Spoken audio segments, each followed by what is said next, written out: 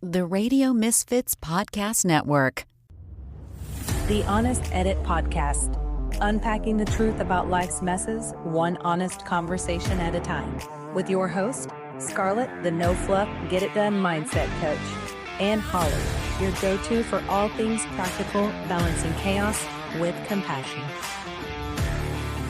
Hey y'all, welcome back to The Honest Edit with Holli and Scarlett. Today we're going to talk about decluttering with kids and if it's possible, and what happens when you don't, and maybe some tips on actually how to do it. Which I think this is more of like your zone and topic because you're kind of in the thick of it, having a little.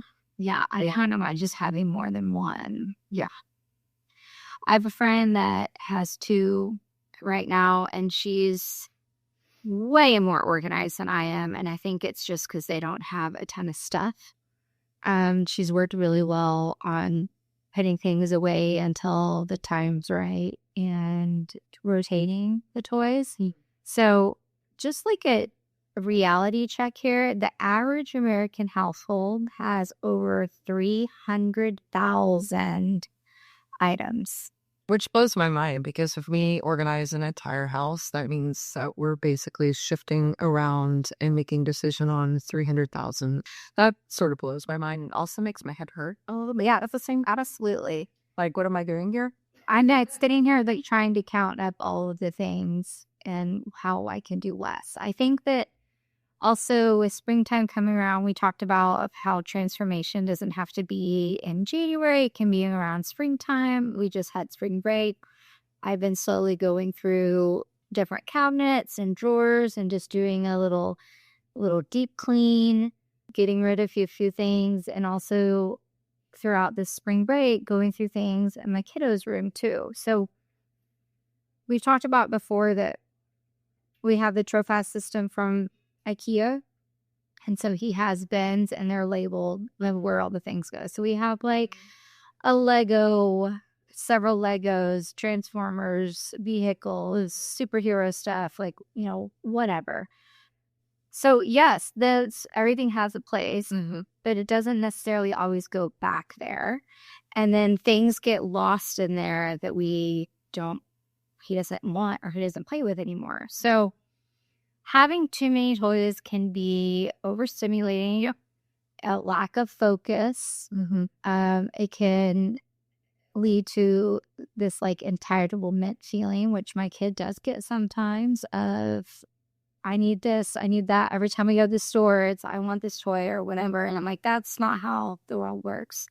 And especially he goes to Montessori school, and we try to have a Montessori house at home, which was really a lot easier when he was a baby. But now, especially with the addition of the Legos and puzzles and things that he loves, it's a little harder to keep things rotating. But the Montessori thought is that you would rotate toys out. And so there's always a fresh new work to do. When you say rotating, so just so that we're giving some clarity here on what that really looks like. So when you say rotating, and this is not for everybody, this is really something you do to kind of like plan and be thoughtful of. It's kind of like you take a group of toys or learning items and you place it in like a storage tote, and then you have like a designated area, like let's say garage, or just kind of semi-convenient, but it's out of the way. And then at a certain point, like let's say every month, you would rotate that out, or maybe it's every quarter or every 6 months or something like that. So for you, if you are doing a rotation, what do you suggest the best outcome of that would be, like timeline wise, and how many and what categories? So we usually do ours by like every month or so. And it's really like what timing works for my schedule for me to get back into. So the half of Max's closet is shelves, and in those shelves I have the sweater bins from the Container Store. They're clear plastic bins, and so toys go in there and they go up on a shelf, and so we can make space. So usually we rotate out. Like right now I just brought out the spring toys, and those are like the bug box and the magnifying glass and the binoculars and the bird book. And so those things come out because it's springtime, the birds are out, we're playing outside more, and those aren't really used in the wintertime. So those come out. Some of the Lego sets that we've done that we got over the holidays, those go back in. And so it's kind of a rotating, every month I would say I do a rotation. And I also like to keep, I mean, the closet is fine for us because Max can't get up there, but also I would suggest putting these toys somewhere where they can't see them. And we have a lot of puzzles. We do a lot of puzzling in our house. So after we kind of mastered a puzzle, I'll take that puzzle away, introduce a new puzzle, and put that one to the side.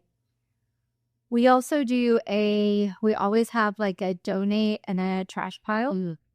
And so if something breaks, throw it away. Like we super glued some stuff when he was younger, so we wouldn't have that 3-year-old tantrum, but now it goes in the trash. We also have a donation box that is constantly in his closet. And so it's getting easier, I would say, over like the last 6 months, really, because his birthday's in October. So in the fall, we start like, okay, we need to make some room. If you want a new toy for your birthday or whatnot, we need to make room. So, and I think that's just always something you need to like teach kiddos, you know, in repetition, because it's like they're not going to just know how to do that. And they're not going to always just be fine to let go of an item. They need to be taught that it's okay. And then it's going to go to someone who can't normally afford that, you know, and be loved by them and not just like stuffed in a back of a closet because it got forgotten about, right? And so I think it's just repetitively, you know, teaching kids that it's okay and revisiting the topic to let go. And then they develop that skill set. You know, that's definitely a skill set, even for adults, that you know, needs to be learned. Absolutely. Yeah. Well, when the fires happened in LA, I had a conversation with him about what happened and how people lost their homes. And it was very sad. And, you know, how would, not like guilting or, you know, shaming way, but like, how would we feel if we lost everything in our house? Like, what would we be the most sad about? And so we went through and did a big scoop out of his bedroom of things and mailed the boxes to some friends in LA. And so I think having those hard conversations of like, not everybody has what we have. And, you know, we get to live in abundance here. And and that's how I try to live my life. And a foundation of like my family thought is like, we have everything we need and we are going to give, and it's always going to come back to us. And so teaching that to the kiddos is really important. And there's obviously a lot of different family values and dynamics and conversations to have around that. So do whatever is comfortable for you. And I think just keeping a balance. To be honest, you know, I've been working with my daughter, you know, on this for as far back as I can remember. And she's an amazing purger. And she does live a little bit more on the minimalistic side, but it can also go flipped to where they purge too much and then they're just expecting new stuff. So it's kind of like you just need to give them an understanding of why they're letting go of these items and then who is it going to go to and benefit, and so that they feel good, you feel good. And then at that point, holding that balance of, hey, we're just going to let go of these things, but you still need these items and you still have like really good figurines and we don't need to go out and buy all this new stuff, you know, and just having that balance. Because I see it go one way or the other anyways. Like they don't want to let go at all, or they let go of too much and then they're expecting just all new stuff. And then that gets like costly and that doesn't make sense. So just how do you know, just like teaching them the balance of it and sticking with that and not going too extreme one way or the other, I think is, and that was like a really big learning lesson for me, because every couple of years, Jonna would just like unload her entire room in the library. And then all of a sudden next week, she's like needing new crap. And I'm going, well, we just got rid of this stuff. I thought you just didn't want it. So it's just like really understanding, what your kid needs, what your kid likes, and then just always having that balance. Right. And I think too, the back on the rotating is that you can take things away that we've been playing like a lot and bring them back out, like the spring toys. But also toys can like go on vacation for a little while. You made me laugh at this scenario. This is if rotation doesn't really work anyway. You want to declutter, but they're not ready. There's like, great, we need this. I have to have this right now. So toys can go on vacation, and they go on vacation somewhere where they can't see them. And then after a couple months, set a timer. If that toy hasn't been asked for, you go to the donation pile. Right. Or it can be handed down to another kiddo. We have lots of younger kids in our group. And so I'm constantly like, if I put a pair of shorts on Max and I'm like, these don't fit anymore, we're going to put them in the pile for the babies. It's an easy way to get things going and get things out of the house. So things can go on vacation, and they can pick like Spider-Man and whatever, Cafe America. They're going to go on vacation this week with like this set of blocks, and you're like, great, let's get them out of here. And it's the same sort of concept as how you would store the rotation items. You just get a storage tote, right? Preferably not see-through. And you load it up with the maybes that, they don't really want to let it go now, but, it's they're comfortable with it going by safari or vacation. It's like, right, I have a load to that example. And then, you set a time. In 2 months, if my kid hasn't asked about this, I think it's safe to say that we can just let that go. And then off it goes. And I feel like, for me, for our household right now, we're super into Transformers. My husband's mom has kept a lot of his toys from when he was little. And so they went to Nanny's house the other day and brought home this like 40-year-old Transformer that's super, super cool. So now he's like, doesn't want to play with his other ones because he's got this new really cool one. And she's done that with a lot of the toys that Max plays with now. And it's so cool to see like the joy on Jim's face watching like the toys come out, and he gets ahead of them with his little boy. But the way that Nanny has also kept them stored and taken care of for so many years is super awesome. And so they just, and one day they could just play with the stick all day, and that's what they want to play with. But the things that you notice that aren't getting played with, that are collecting dust on the shelves, those can just go away for a little bit. And then you just need to teach, like with the basket cleanup, with taking care of your toys. Like if something gets broken, it might have to go to the hospital for a little bit and have its batteries replaced. And where's that toy? It's still in the hospital. It's being repaired. And then eventually it gets, See, this is why she's not good at this topic, because she comes up with all these like fun scenarios that you can tell your kiddo. Yeah. I feel like I know that I'm lying to my kid, but it's making it much better. But we've also, some days, like you guys know from me, like some days I'm on it and some days I'm not. And some days Max is on it with cleanup and putting things back, and some days it's not. It's just the human life experience. But these are just some like little tips to have less clutter, less things in the house. And kids like order. They do. They really do. They do. They thrive with it. And that's why I think Montessori worked so well for us, because they know this is the shelf that this toy is on, this work is on, and I can go to that and it's going to be there. And then once I've mastered it, like once your kids have played with the magnet tiles and they don't want to play with them anymore, take them away. Move that space for something new.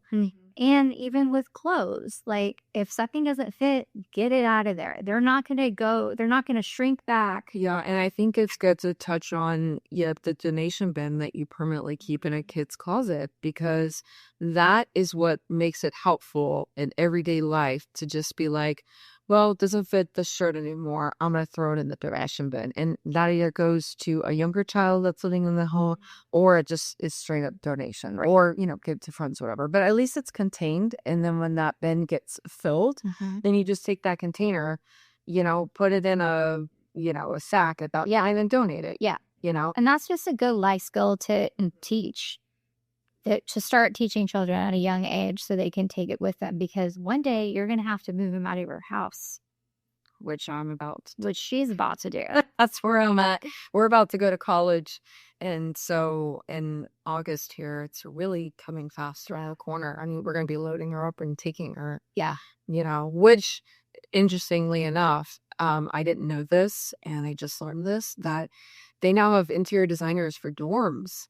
I know, that's the thing. And so I'm like, well, gosh, Jonna, you're in luck, because I don't have to pay for one. Yeah, I am one. Yeah. But yeah, I'll be basically setting up like a whole new room that's like designed out, and that's super cool. The Pinterest boards have been flying my direction, full of ideas, of course, and then organizing her in, Well, it's such a cool time in kiddos' life when they get to leave the house and they're going to college, or they're going out and stepping out on their own to have their own space and their own things.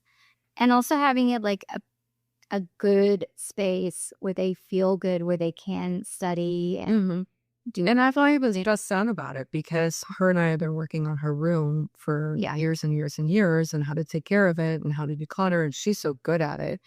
And she's very mindful now of the things like that she wants to keep, and having that balance. And so I don't feel like it's going to be this ginormous undertaking, because we have a nice rhythm down that we've had for years. And I think it'll be very easy to pack her up and move her to this new little chapter in her life and set up her dorm for success. So it's like, if you start when they're young and just build over the years and develop those habits, how you can learn those skill sets, it makes it very easy for, later years, which have to do a hefty transition, like start to college. Yeah. That's a lot. I can't imagine that time. But again, I'm not stressing about it. So I think it's going to be very simple and easy and fun. And that's the point. It should be fun. It shouldn't be stressful. Absolutely. And I think that, your kids are going to, like, Max is a sponge. He's picking up everything that I do or that I say. And so your kids are going to pick up on your energy and your stress level doing that as well. And then they're also starting this whole new thing. So, planning beforehand, knowing what we're going to take, being excited about what it's going to look like and what it's going to become is something fun to look for. And I'm glad you also brought that up, because that brings in a whole different point of working with kids. It's like you're leading by example. So I have clients where the kids are better at keeping their spaces neat and decluttered and organized, and they thrive and they love it, but the parents are kind of a hot mess. And so you want to lead by example. And when you're showing them how to let go of items and prioritizing what's important, or keeping the things that are memories to them or they love and they have a special real place for it, you should lead by example by doing that for yourself. That rolls into your own self-care. Exactly. So exactly, be mindful of that as well, that you're showcasing the same thing that you're teaching your child. Right. Yeah. We've been, it's been a journey, because it's not always, kids aren't always in the mood to listen or, take an order or be responsible for something. So it's definitely a daily reminder, and all the things that we do throughout the day to help clean up. And, mommy's going to put this plate in the dishwasher. I've got to finish cleaning up before we move on to the next task. Or, let's tidy the space before we leave. So, and Max has been home this week, and so it's really just top of mind for me. We've been doing different projects around the house. So doing a tidy and doing a reset of the area before we move on. We went through clothes this week too, to make sure that we have everything we need for the weather change. Like, season changes is always a good time to go through, the closet, go through what fits, what doesn't, go through any of those toys that were here from 2 years ago. Those need to go bye-bye. So they're also set the example of just how to take care things in general. And then that translates into so many other different subjects. How they take care of themselves. How will they eventually take care of a car? How will they eventually take care of their own flat? Or I'm sorry, I've been watching a lot of British stuff. Their flat, their house, or their apartment, or their dorm. It just sets them up for these long-term habits of really taking care of their stuff. And having pride in it. Yes, exactly. Yeah. Yeah. You don't want to be well, I don't know, maybe you do, but for me, I don't want to be the mom that walks into my kid's 20 or 30-year-old house and it's like just full of stuff everywhere and it's not cleaned. I had a friend like that and I'm like, what happened to you as a child? Because you can't ever clean up after yourself. Yeah. And it's disgusting and I can't function then. I was like, That health, yeah. mental health, it's just not great. And actually, I just had this 5-year-old. I was working with this family, and honestly, life was just like shifting too much for them, and they had to like relocate, and all of these sort of exceptional scenarios were really happening to them. And so, the house just kind of got away from them, and especially in a kid's room, like, Oh yeah. it just happens so easy. And this kid, was basically telling their parents, like, I really want like my room to not be this cluttered and to be cleaned. And for them to be able to even articulate that and that feeling, I mean, that says a lot about kids and how it makes them feel. And we went in and he was such a thrill to work with because he was so open. And yeah, he hung on maybe till too many toys, but I feel like he was so coachable. I felt like he was so like excited about the process, and I just didn't really want to hinder that too much. Very minimal tough love is what I call it on my part. And so at the end of it, when we got his room organized, he was so happy to be in that space. He was like a 9-day different kid. And what's even more funny about the situation is his little brother came in. He was like 2.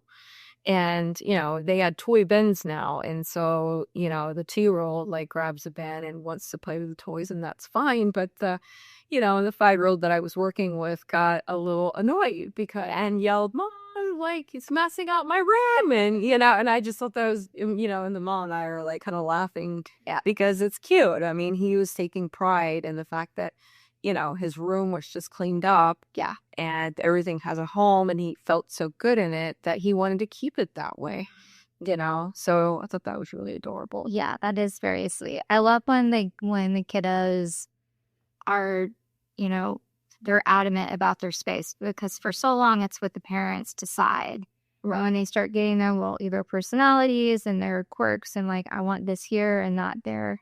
I mean, Max has got his room set up. He's got the art on his wall that he wants. Like, he's very particular about his stuff. And if I go in and try to organize without him, he's like, Mom, did you move this? Like, yeah, I moved it to the donation bin, child. Yeah. But sometimes, I mean, depending on the kid, you really have to decide, like, is it worth it decluttering? Is that, should I kind of make certain executive decisions and just do that whole, let me get that bin, put these items in, put it in storage. If I don't ask for it, then I can let it go. And it's worked so many times for us. I'm like, I'm just going to put these on to the side for a little while. And so then he just totally forgets about them. And then I can, get rid of them how I need to. Yeah. And especially, I think it's just a conversation that you have with your kid. And then, it's a journey. It's not a race. Like, you're going to be doing it all the time. Like they say, have kids, well, they're going to explode everything in your house. No. You just have to take it like a conversation at a time, a toy at a time. With having 300,000 items in our home, it is a lot. And a lot of this stuff is the kids' room because it's all small things to their little hands. So, and if you're a Lego family, I feel you. Yeah. Solidarity for you. We're getting through that. I told Jen that he can't bring any more Legos home from Nanny's house, so they can go to Nanny's house to play with the Legos because there's no more room. So, so you can declutter with a kid. It is possible. Try our rotation. Always a donation bin in the room or in the closets. Toys can go on vacation for a little while. And then just have those conversations to teach your kid about having pride in their space. And it takes time. Yeah. And one day they'll just be like, hey, Mom and Dad, here's a box set that I don't want anymore. And you're going to be like, what? And it's possible because my kid does that. Oh, yeah. Yeah, she's great about it. They're going to do it. There is hope and light at the end of the tunnel. Thank you guys for joining us. I'm Holli with Organized GFW. This is Scarlett with the Whitespace Method. Yes. And thanks for joining us on the Honest Edit podcast. And we'll talk to you guys next time.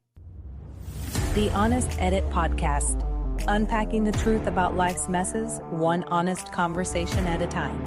With your host, Scarlett, the no fluff, get it done mindset coach. And Holli, your go-to for all things practical, balancing chaos with compassion.